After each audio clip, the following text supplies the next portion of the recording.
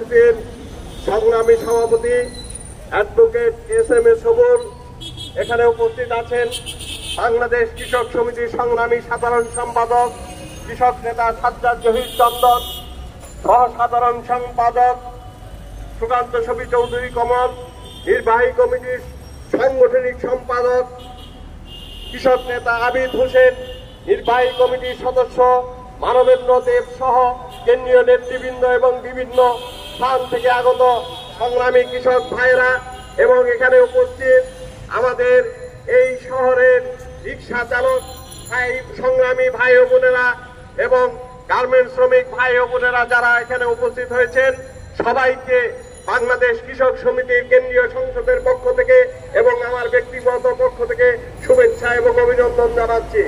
সংগ্রামী ভাইরা, আপনারা জানেন কৃষকের সমস্যার শেষ নাই। জলবায়ু পরিবর্তন আজকে কৃষকের জন্য দুর্দশা ডেকে এনেছে। সরকারের কৃষি নীতি কৃষকের জন্য আজকে সর্বনাশ ডেকে এনেছে। এই কৃষি নীতি আজকে কৃষককে সহায়তা করছে না, এটা সহায়তা করছে সরকারের গ্রামাঞ্চলে যে পেটুয়া বাহিনী, সেই বাহিনীকে। আপনারা জানেন সরকার আজকে ধান মৌসুম চলছে, ধানের দাম 1260 টাকা নির্ধারণ করছে। আমি জিজ্ঞেস করতে চাই, এটা কিসের ভিত্তিতে আপনি নির্ধারণ করলেন? আমি কৃষিমন্ত্রী খাদ্যমন্ত্রীকে জিজ্ঞেস করতে চাই, আপনারা যে 1260 টাকা নির্ধারণ করলেন, এটা কি কারণে নির্ধারণ করলেন? তার যুক্তি কি? এখন তো ধানের মৌসুম চলছে, ইরি ধান উঠছে, শুকনো ইরি ধান আজকে কৃষকের কাছে শুকনো ইরি ধান নেই, আছে পাইজাম ধান আছে। পাইজামের দর তো এখনো 1400 টাকা, মানে আপনি 1260 টাকা ধার্য করে কৃষককে কি উৎসাহ দিচ্ছেন, বাজারকে কি উৎসাহ দিচ্ছেন? অন্যদিকে আজকে বড় ধান উঠছে, সেই ধানের দাম আজকে সর্বোচ্চ 800 টাকা। তাহলে কৃষক তো ধানের দাম পাচ্ছে না। বড় মৌসুমের কৃষক তারা তো আপনার 1260 টাকা পাচ্ছে না। তাহলে কি করতে হবে? শুধুমাত্র এই ঘোষণা করলেই হবে না, আপনাকে বাজার চেক করতে হবে কৃষকরা সেই ধান বিক্রি করতে পারছে কিনা। আপনি উপজেলা শহরে বা 3টা উপজেলা মিলে একটা ক্রয় কেন্দ্র করবেন, আর কৃষকরা তার ক্ষেত ছেড়ে ধান তোলা ছেড়ে 3টা উপজেলা পার হয়ে আপনাকে 1260 টাকার মনে ধান দিবে, শুকনো ধান। এটা একটা আহাম্মকি ব্যাপার। কারণ কৃষকের আজকে ধান তুলতে যে কৃষি শ্রমিক তার যে মজুরি দিতে হয়, সেই একটা মজুরি খরচ করে 3টা উপজেলা পার হয়ে ধান দেওয়ার মতো ধৈর্য এবং কোন রকম পরিস্থিতি কৃষকের নেই। তাই আজকে বাংলাদেশ কৃষক সমিতির পক্ষ থেকে আমরা দাবি তুলেছি, আজকে খুদ কৃষকের কাছ থেকে ধান ক্রয় করতে হবে, ইউনিয়ন পর্যায়ে ক্রয় কেন্দ্র করতে হবে।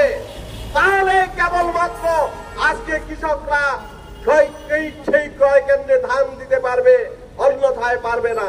ভাইরা আমার, আর ক্রয় কেন্দ্রে ধান দিতে হলে আপনারা ইতিমধ্যেই শুনেছেন কৃষকের কৃষি কার্ড লাগে। কিন্তু আজকে গ্রামাঞ্চলে কৃষি কার্ড কারা পেয়েছে? প্রকৃত কৃষকরা কৃষি কার্ড পায় নাই। আজকে গ্রামাঞ্চলের কৃষি মূলত টিকে আছে ক্ষুদ্র কৃষক এবং ভূমিহীন কৃষক। বড় বড় কৃষক যোদ্ধার যারা, তারা বর্গা দিয়ে অথবা লিজ দিয়ে জমির ছেদে তারা সম্পর্ক ছেদ করে শহরে বাস করে, তারা আবাদের সাথে নেই। এই আবাদ করে হলো ক্ষেত মজুররা, ভূমিহীন কৃষকরা এবং ক্ষুদ্র কৃষকরা, অথচ তাদেরকে কার্ড দেওয়া হচ্ছে না। যারা কৃষি থেকে বিচ্ছিন্ন হয়ে, কৃষি আবাদ থেকে বিচ্ছিন্ন হয়ে শহরে বসবাস করে, তাদের ছেলেপেলেদের নামে আজকে সরকার কৃষি কার্ড বরাদ্দ করেছে, যার ফলে প্রকৃত কৃষকরা কৃষি কার্ড পায়নি এবং তারা ওই ক্রয় কেন্দ্রের ধারে কাছেও যেতে পারছে না। এইভাবে আজকে একটা গ্রামাঞ্চলে সিন্ডিকেট গড়ে উঠেছে।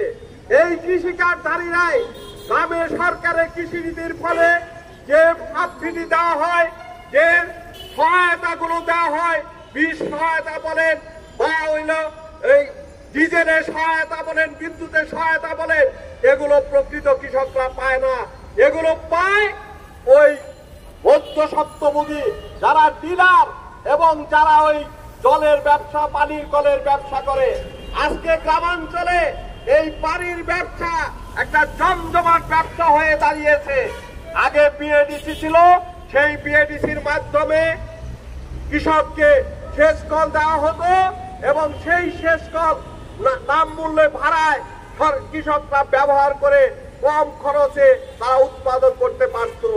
আজকে 80-র দশক থেকে সেই কলগুলো ব্যক্তি মালিকানায় ছেড়ে দেওয়া হয়েছে। সেগুলোকে কেন্দ্র করে গ্রামাঞ্চলে এক সিন্ডিকেট গড়ে উঠেছে। এই সিন্ডিকেট কোন নির্ধারিত ভাড়ায় জল দেয় না। এই সিন্ডিকেট কোথাও 1200 টাকার জায়গায় 1500 টাকা, 2000 টাকা নিচ্ছে বিঘা প্রতি, কোথাও নিচ্ছে 60 ভাগ বা ধানের উৎপাদনের 3 ভাগের 1 ভাগ, 4 ভাগের 1 ভাগ ধান দিয়ে নিচ্ছে। অথচ তারা প্রয়োজন মতো পানি দিচ্ছে না। তারা জ্বালানি তেলের কথা বলে, বিদ্যুৎ নাই বলে মেশিনগুলো দিনের পর দিন বন্ধ রাখছে, কৃষকের উৎপাদন ব্যাহত হচ্ছে। অথচ কৃষককে এই যে খেয়ে না খেয়ে এই উৎপাদন করলো, সেই উৎপাদিত ধানের দাম আজকে পাচ্ছে না। তাই আজকে বাংলাদেশ কৃষক সমিতি দাবি করেছে আজকে